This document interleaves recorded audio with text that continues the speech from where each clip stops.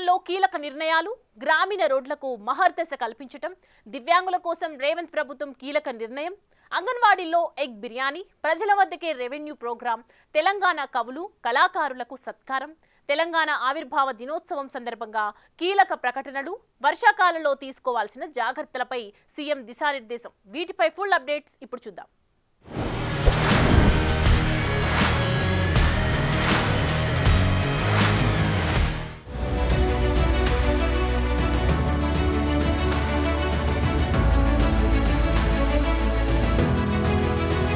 ఈ నెల 5న సమావేశమైన తెలంగాణ మంత్రివర్గం కీలక నిర్ణయాలు తీసుకుంది. ముఖ్యంగా ఎన్నాళ్లుగానో వెయిట్ చేస్తున్న ప్రభుత్వ ఉద్యోగులకు 2 డిఏలు చెల్లించాలని, 1 డిఏను వెంటనే చెల్లించాలని నిర్ణయించారు. మరో డిఏను 6 నెలల తర్వాత చెల్లించనున్నారు. ఉద్యోగుల రిటైర్మెంట్ బెనిఫిట్స్ కు సంబంధించి గత ప్రభుత్వ హయాంలో పెండింగ్ లో ఉన్న బకాయిలను ప్రతి నెల కనీసం 700 కోట్ల చొప్పున చెల్లించి క్లియర్ చేయాలని నిర్ణయించారు. ఉద్యోగుల ఆరోగ్య అవసరాల కోసం రాష్ట్ర ప్రభుత్వ ప్రధాన కార్యదర్శి చైర్మన్ గా హెల్త్ కేర్ ట్రస్ట్ ఏర్పాటు చేయనున్నారు. క్రమం తప్పకుండా డీపీసీ ప్రమోషన్లు, కొత్తగా నర్సింగ్ డైరెక్టరేట్ ఏర్పాటు, అంగన్వాడీ వర్కర్లకు 2 లక్షల వరకు రిటైర్మెంట్ బెనిఫిట్స్, ఇకపై రిటైర్డ్ ఉద్యోగుల రిక్రూట్మెంట్ చేయరాదని నిర్ణయం. కొత్తగూడెంలో ఇప్పటికే ఏర్పాటు చేసిన ఎర్త్ సైన్సెస్ యూనివర్సిటీకి దివంగత మాజీ ప్రధాని మన్మోహన్ సింగ్ పేరు, ప్రమాదవశాత్తు మరణించిన మహిళా స్వయం సహాయక సంఘాల సభ్యులకు బీమా, పాలసీ లేకున్నా ప్రభుత్వం నుంచి నేరుగా 10 లక్షల పరిహారం అందించేలా నిర్ణయం. రాష్ట్ర వ్యాప్తంగా ఆర్ఎన్బి, పంచాయతీరాజ్ విభాగాల కింద మొత్తం 13,000 కిలోమీటర్ల రోడ్లు అభివృద్ధి చేయాలని నిర్ణయించారు. హైదరాబాద్ మెట్రో సెకండ్ ఫేజ్ విస్తరణకు మొత్తం 86 కిలోమీటర్ల మార్గాన్ని 19,579 కోట్లతో నిర్మించేందుకు కేంద్ర ప్రభుత్వానికి ప్రతిపాదనలు పంపాలని కేబినెట్ నిర్ణయించింది.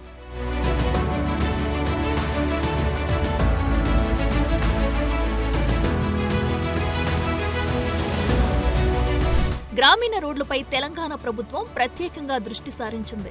గత కొన్నేళ్లుగా రూరల్ రోడ్ల నిర్వహణకు నిధులు లేకపోవడంతో పరిస్థితి మారింది. అయితే సమస్య తీవ్రంగా ఉన్న చోట్ల రిపేర్లు, కొత్త రోడ్ల నిర్మాణ పనులను యుద్ధ ప్రాతిపదికన చేపట్టాలని గురువారం నిర్వహించిన మంత్రి మండలి సమావేశంలో కీలక నిర్ణయం తీసుకున్నారు. హైబ్రిడ్ యాన్యుటీ మోడల్ విధానంలో వీటిని చేపట్టనున్నారు. 40% ప్రభుత్వ, 60% ప్రైవేటు భాగస్వామ్యంతో వీటిని రానున్న 2.5 ఏళ్లలో పూర్తి చేయనున్నారు. ప్రతి గ్రామం నుంచి మండల కేంద్రానికి బీటీ రోడ్, అలాగే ప్రతి మండల కేంద్రం నుంచి జిల్లా కేంద్రానికి డబుల్ రోడ్లతో అనుసంధానం, జిల్లా కేంద్రం నుంచి హైదరాబాద్కు 4 లేన్ల రోడ్లు చేపట్టాలని సమావేశంలో నిర్ణయించారు. మొదటి దశలో హామ్ పద్ధతిలో మొత్తం 33,194 కోట్ల ఖర్చుతో 13,137 కిలోమీటర్ల మేర రోడ్లు నిర్మించాలని కేబినెట్ నిర్ణయం తీసుకుంది. 16,414 కోట్లతో 5,190 కిలోమీటర్ల మేర ఆర్ఎండ్బి రోడ్లు, 16,780 కోట్లతో 7,947 కిలోమీటర్ల మేర పంచాయతీరాజ్ పరిధిలో రోడ్లు నిర్మించనున్నారు. వీటి పనులు వెంటనే ప్రారంభించి 2027 చివరికల్లా పూర్తి చేయాలని ప్రభుత్వం నిర్ణయించింది.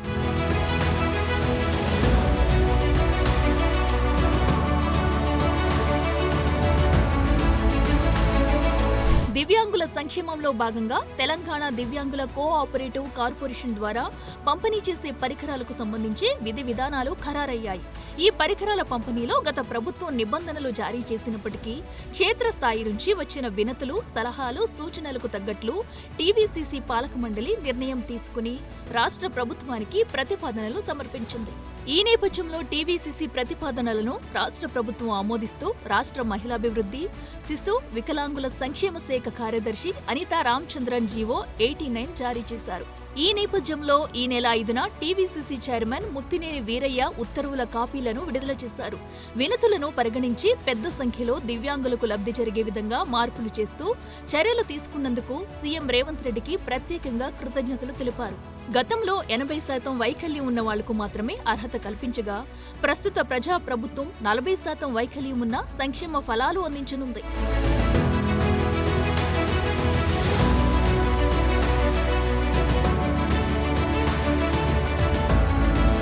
అంగన్వాడీల రూపురేఖలు మార్చే లక్ష్యంతో ప్రజా ప్రభుత్వం ప్రయత్నాలు మొదలుపెట్టింది.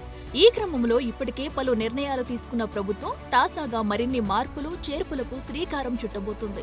ఇకపై అంగన్వాడీల్లో వారానికి 1-2 సార్లు ఎగ్ బిర్యానీ వడ్డించేలా మెనూలోనూ మార్పులు చేయబోతున్నట్లు మంత్రి సీతక్క ప్రకటించారు.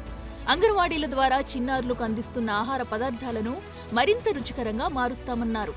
హైదరాబాద్ రాజేంద్రనగర్లోని తెలంగాణ గ్రామీణాభివృద్ధి సంస్థలో ఈ నెల 4న మహిళా శిశు సంక్షేమ శాఖ ఆధ్వర్యంలో నిర్వహించిన సదస్సులో సీతక్క పాల్గొన్నారు. అంగన్వాడీ కేంద్రాలకు వచ్చే గర్భిణీలు బాలింతలు కింద కూర్చోవాలంటే ఇబ్బంది పడుతున్నారని, ఈ సమస్యలను తొలగించేందుకు బెంచీలను సరఫరా చేస్తామన్నారు. అంగన్వాడీ టీచర్లు ప్రస్తుతం వాడుతున్న మొబైల్ ఫోన్ల స్థానంలో కొత్తవి ఇస్తామన్నారు. అంగన్వాడీ టీచర్లు, హెల్పర్ల మీద పని ఒత్తిడి తగ్గించేందుకు త్వరలోనే 14,000 ఖాళీలను భర్తీ చేస్తామన్నారు. అంగన్వాడీలో చిన్నారుల చదువు, ఆట విడుపు సౌకర్యం కోసం మొత్తం 57 రకాల వస్తువులను ప్రభుత్వం సరఫరా చేస్తుంది. అంగన్వాడీలో అడ్మిషన్లు పెంచేందుకు అమ్మ మాట, అంగన్వాడీ బాట కార్యక్రమాన్ని నిర్వహిస్తున్నారు. కొన్ని రోజుల క్రితమే బాలికల్లో రక్తహీనత సమస్య పరిష్కారం కోసం ఇందిరమ్మ అమృతం పథకంలో భాగంగా 14 నుంచి 18 ఏళ్ల యువతులకు అంగన్వాడీల ద్వారా నెలకు 30 చిక్కీలను ఇవ్వాలని నిర్ణయించారు.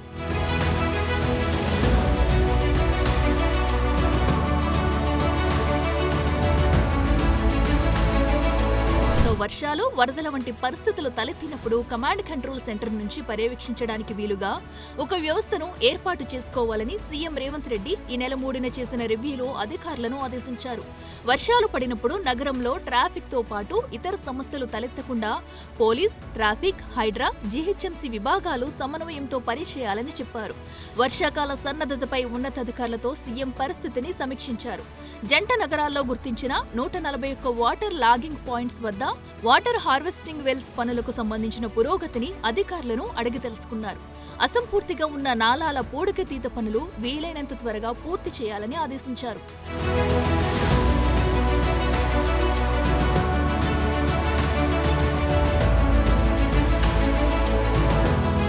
తెలంగాణలో కొత్త రెవెన్యూ చట్టం భూభారతి అమల్లో భాగంగా నేటి జూన్ 3 నుంచి జూన్ 20 వరకు రాష్ట్రమంతటా రెవెన్యూ సదస్సులు నిర్వహించాలని ప్రభుత్వం డిసైడ్ అయింది. ప్రజల వద్దకే రెవెన్యూ నినాదంతో రైతుల భూ సమస్యలను పరిష్కరించడం కోసం ఈ సదస్సులు నిర్వహిస్తుంది. ఏప్రిల్ 14న సీఎం రేవంత్ రెడ్డి చేతుల మీదుగా భూభారతిని ప్రారంభించారు. మొదట జిల్లాకు ఒక మండలంలో పైలట్ ప్రాజెక్టుగా ఈ చట్టాన్ని అమలు చేశారు. అయితే ఈ పైలట్ ప్రాజెక్టులో 55,000 దరఖాస్తులు వచ్చాయి. ఇందులో 60% సమస్యలను పరిష్కరించారు. తాజాగా నిర్వహిస్తున్న ఈ సదస్సులో భాగంగా ప్రతి రెవెన్యూ గ్రామానికి తహసీల్దార్తో కూడిన బృందం వెళ్లి భూ సమస్యలపై దరఖాస్తులను స్వీకరించి పరిష్కరిస్తుందన్నారు మంత్రి పొంగులేటి. ముఖ్యంగా సాదా బైనామాలకు సంబంధించిన దరఖాస్తులు అధికంగా ఉన్నాయని గుర్తించారు. కలెక్టర్లు ఈ సమస్యలను మానవీయ కోణంలో పరిష్కరించాలన్నారు మంత్రి.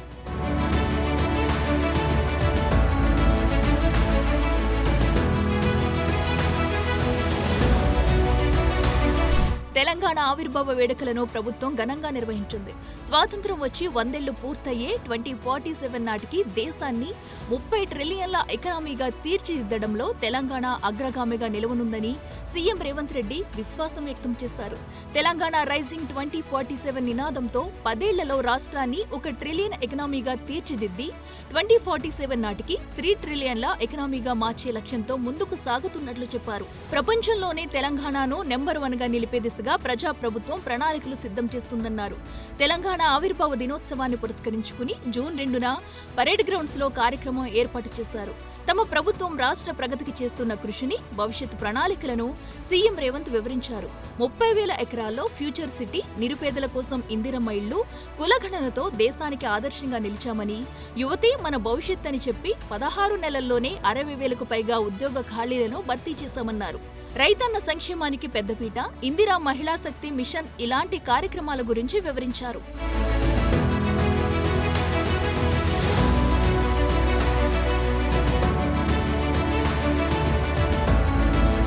తెలంగాణ భవిష్యత్తు కోసం కొత్తగా ప్రపంచ భాగస్వామ్యాలతో వివిధ ప్రాజెక్టులు చేపట్టామన్నారు సీఎం రేవంత్. తెలంగాణ ఆవిర్భావ దినోత్సవ వేడుక సందర్భంగా హైదరాబాద్కు వచ్చిన కిటాక్షిషు నగర మేయర్ కజోహిసా టెక్యూచి నేతృత్వంలోని ప్రతినిధి బృందంతో సీఎం భేటీ అయ్యారు. ఈ సందర్భంగా పర్యావరణ పరిరక్షణ, వ్యర్థాల నిర్వహణ, రీసైక్లింగ్ వంటి రంగాల్లో అవగాహన ఒప్పందం కుదిరింది. భావి తరాల అవసరాలకు తగ్గట్లు జపాన్లోని కిటాక్యుషు నగరం స్ఫూర్తితో రాష్ట్రంలో 80 ఎకరాల్లో ఏకో టౌన్ను అభివృద్ధి చేయనున్నారు.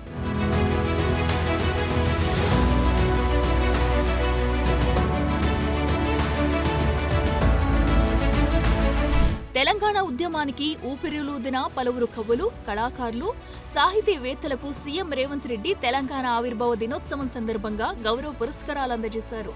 రాష్ట్ర ఆవిర్భావం సందర్భంగా ఉద్యమ కళాకారులను సన్మానించింది ప్రభుత్వం. ₹1 కోటి చొప్పున నగదు పురస్కారాలను అందించారు.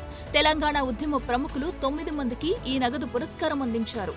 అందెశ్రీ ఎక్కా యాదగిరిరావు, సుద్దాల అశోక్ తేజ, జయరాజు, పాసం యాదగిరి, దివంగత గూడ అంజయ్య తరపున కుమార్తె గూడ దేవనలిని, దివంగత గద్దార్ తరపున వారి సతీమణి జి విమల, విదేశీ పర్యటనలో ఉన్న గోరేటి వెంకన్న తరపున ఆయన కుమార్తె సుప్రజ సీఎం చేతుల మీదుగా ఈ నగదు పురస్కారాలను అందుకున్నారు. గతంలో ప్రకటించిన కాళోజీ నారాయణరావు పురస్కారాన్ని ప్రముఖ రచయిత, సాహిత్యకారుడు నలిమెల భాస్కర్కు అందించారు.